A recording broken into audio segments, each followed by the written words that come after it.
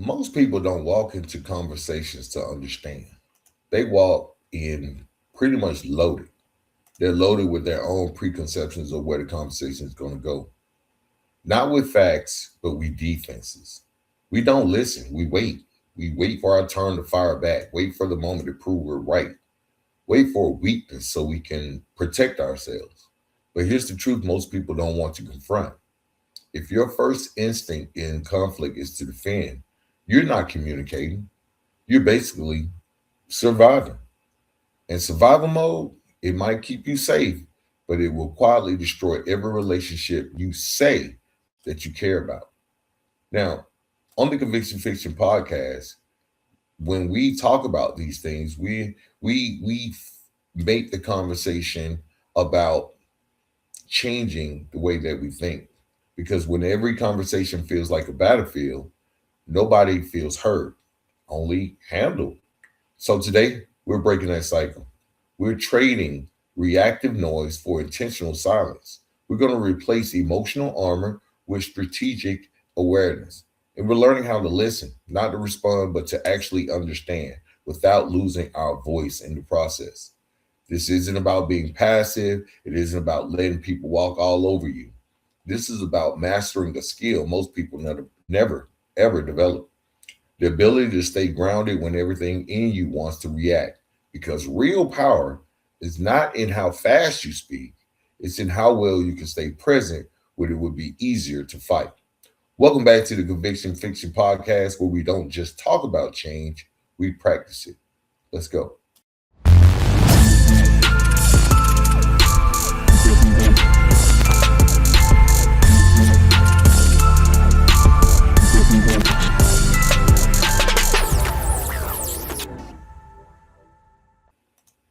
All right, let's start with something most people don't even realize they're doing.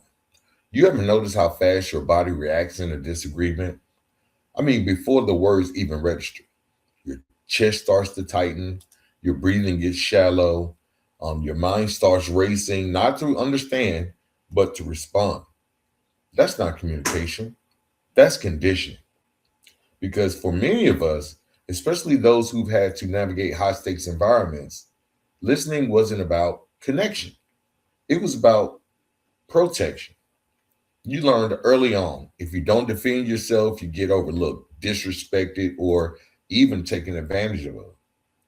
So now, even in a normal conversation, your brain treats it like a threat. And here's the problem, your brain doesn't know the difference between a disagreement and danger. So it defaults to survival mode. That means instead of listening, you're rehearsing your comeback before interrupting before they finish, or looking for flaws in the argument, or sometimes even mentally checking out completely. And all of this happens in seconds. But the real cost is real. You're not just missing their words, you're missing the meaning. You're not hearing the emotion behind what's being said, or catching the nuance. You're not seeing the opportunity to actually resolve something. So by default, you escalated. And now what could have been a conversation turns into a competition. Who's right? Who's louder? Who gets the last word? But let me give you a shift that changed everything for me. Silence is not weakness. Silence is control. See, most people think power is dominating the conversation, but real power, it's in being able to pause when everything in you wants to react. It's in resisting the urge to interrupt someone mid sentence. It's in choosing to observe instead of attack. Because when you stop reacting, you start seeing. You notice the tone, you notice the patterns, you notice what's actually being said beneath the surface. And that's where resolution lives. So it's not in the loudest voice in the room, but in the person disciplined enough to listen without losing themselves. So the first step in mastering active listening is recognize the reflex, name it and interrupt it. Because until you break that automatic defense system, you're not having conversations. You're just surviving them. So we are going to break down the architecture of intentional silence. Now that we've exposed the defensive reflex, we've got to replace it with something stronger. Because let's be clear, you can't just stop reacting. If you don't build a new structure, you fall right back into the same habits under pressure. So, this is where we introduce something most people don't understand. Silence is not empty, it is not something that just fly by night. Silence is engineered. It's not the absence of words, it's the presence of self control. See, most people think silence in the conversation means that you don't know what to say, or you lost the argument, or you're being passive. But in reality, strategic silence is one of the most powerful tools in communication, because when you stop filling every gap with noise, you create space. And space does something most people never consider. It lowers the other person's defenses. Think about it. Just think about it. When someone expects resistance and instead they get stillness, they start to relax. They start to explain more and start to reveal what's really underneath the surface. That's not accidental. That's leverage. Now, let's practice what I call the 4 second reset. We're going to make it really practical for you to do in your everyday walk. Here's a simple tool that will change the way you communicate immediately. It's the 4 second beat. When someone finishes speaking, don't respond right away. Pause. Count it out if you have to. One, two, three, four. Now I know what you're thinking. That's going to feel awkward. Well, exactly, because you're breaking a pattern. That pause does three critical things. It disrupts the emotional reaction loop because your brain wants to fire back immediately.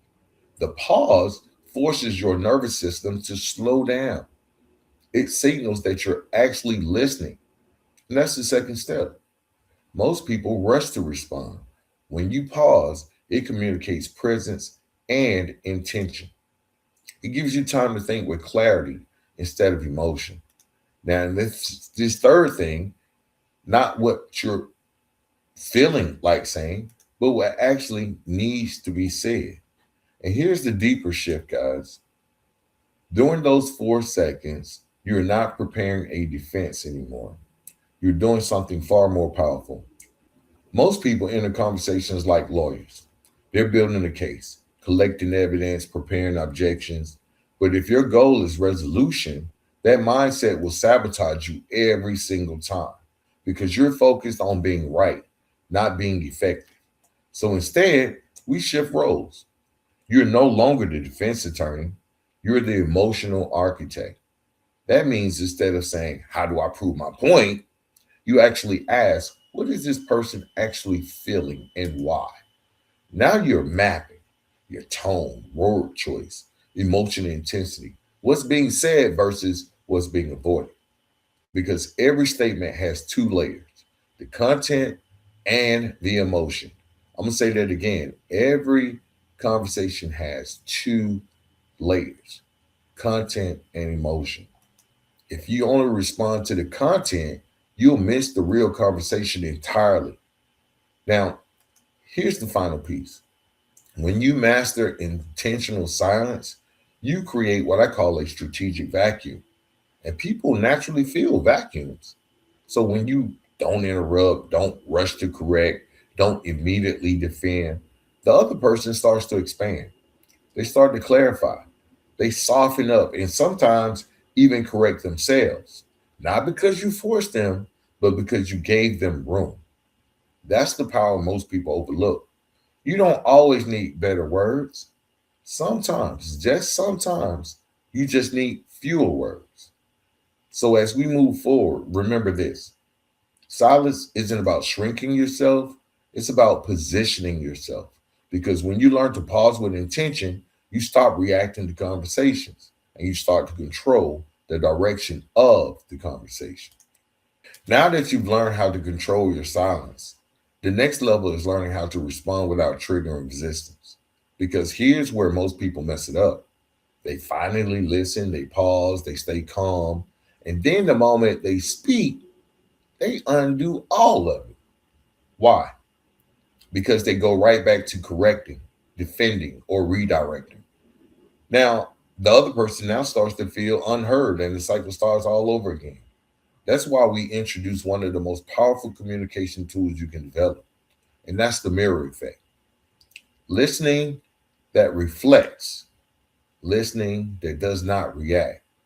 The mirror effect is simple in theory, but powerful in execution. Instead of responding with your opinion first, reflect on their message and reflect it back to them. Not your version of it, not your interpretation, their core concern, clean, neutral, and without judgment.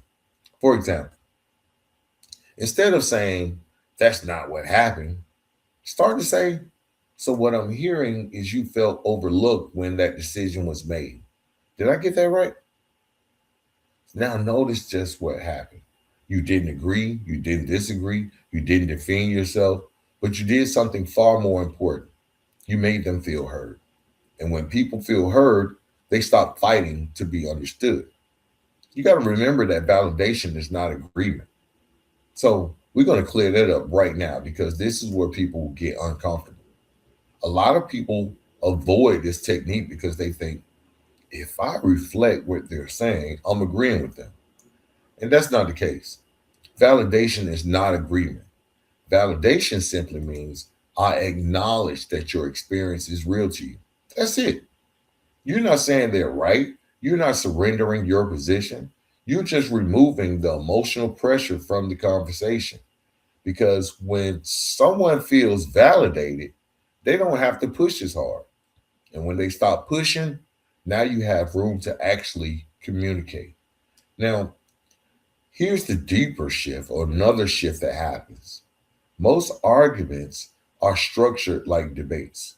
You got two sides, two positions, but there can only be one winner. But that framework is broken because in real relationships, winning the argument often means losing the connection. So instead of debating, we move into discovery. And discovery is fueled by one thing: curiosity. That means replacing statements with questions like, can you help me understand what made that frustrating for you? Or what part of that situation felt the most important? Or what would a better outcome have looked like for you? Now, instead of defending your position, you're exploring theirs. And here's what happens when you do that consistently: people start revealing the real issue, not the surface complaint, but the underlying need. And most times it's about respect, recognition, clarity, or just simple security. And once you identify the need, you're no longer arguing about what happened. You're working together on what matters.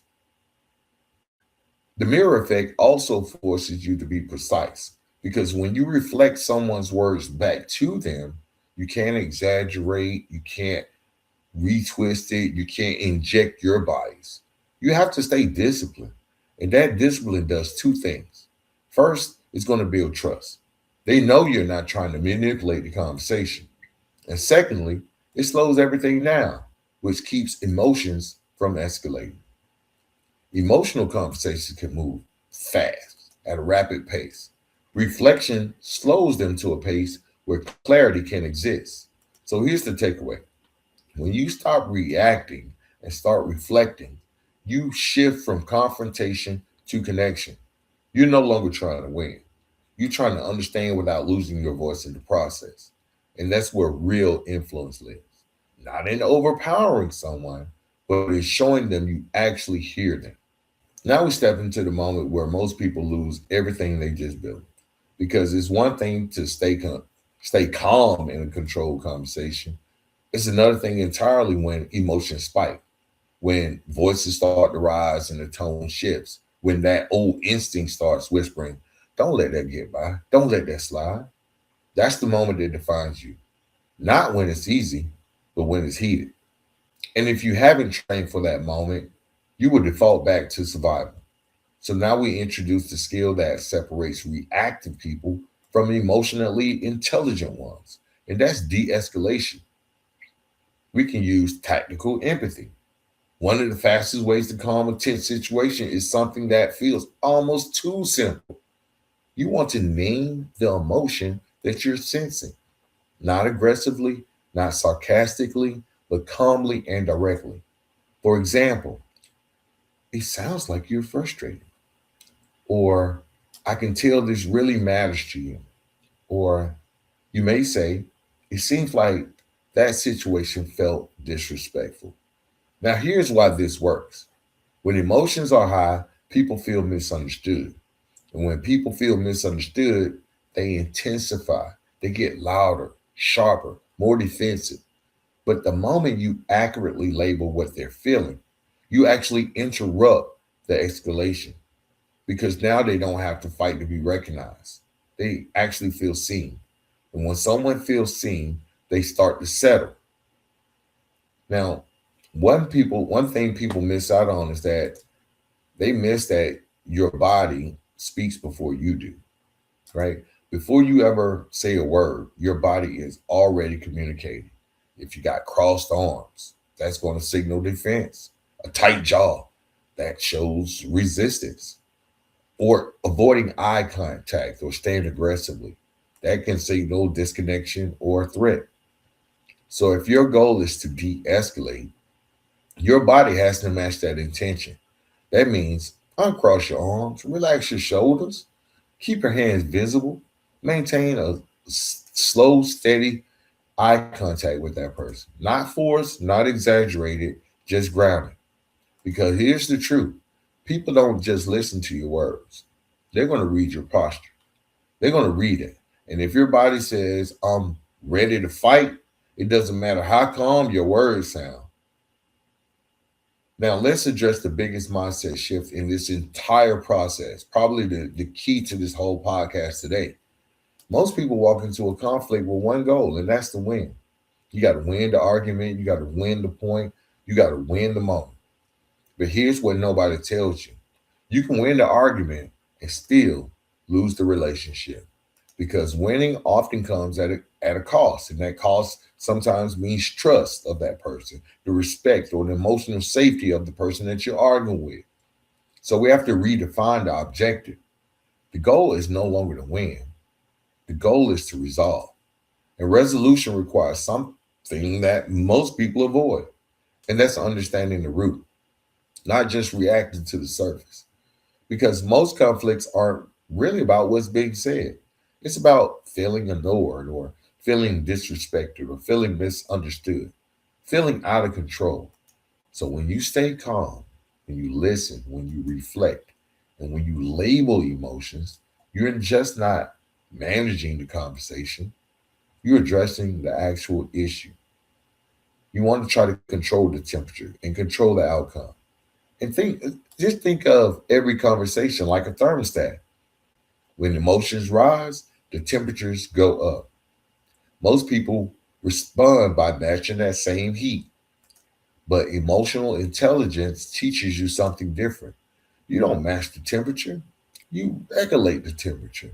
You lower your tone, you slow your pace, you simplify the words that you're saying. And over time, they begin to mirror you, not because you forced them, but because you created stability. And here's the truth, de escalation isn't about backing down, it's not about being passive or losing your voice. It's about controlling yourself so well that the situation has no choice but to follow your lead. And when you think about sustaining those boundaries in active engagement, it's a game changer. Now we're going to deal with the part a lot of people, I'm not saying everyone, but a lot of people struggle with this once they learn these skills. Because once you get good at listening, once you get good at staying calm, once you get good at understanding others, there's a new danger that shows up, and that's losing yourself in the process. See, a lot of people swing from one extreme to the other. They go from being defensive and reactive to overly passive and accommodating. They listen but never speak up, or validate but never assert themselves, or they can create peace but at their own expense. And that's not growth, that's imbalance. So let's be clear, active listening is not submission, it's controlled engagement. So you got to learn to set your internal guardrails. Before you ever enter a difficult conversation, you need to know where you stand, not emotionally in the moment, but structurally ahead of time. That means asking yourself, what am I okay with in this conversation? What am I not willing to tolerate? And what outcome actually matters here? Because if you don't define your boundaries, you'll negotiate them in real time. And when emotions are high, you'll almost always compromise more than you should. So instead, you walk in with clarity, not to dominate the conversation, but to stay anchored within the conversation. Now, once you've listened, once you've reflected, you validated, you've earned the right to speak. And when you do, how you say it really matters. Because if you shift back into accusation, you'll restart the entire conflict cycle all over again. So instead of saying, you always do this, or you never listen, you're the problem, start to pivot to I statements. Like, I feel frustrated when I'm not included in decisions, or I need clear communication so I can stay aligned. One of the most powerful ones that I use is I want us to find a better way to handle this moving forward. Now, notice the difference. You're not attacking them, you're not blaming them. You're expressing your reality without invalidating theirs. And that's the bridge. That's where mutual understanding actually happens. Here's another key principle: you can understand someone without absorbing everything they feel. Just because someone is angry doesn't mean you have to become angry. Just because someone is emotional doesn't mean you lose your balance. This is what separates emotional intelligence from emotional entanglement. You stay present, you stay engaged, but you stay grounded in yourself.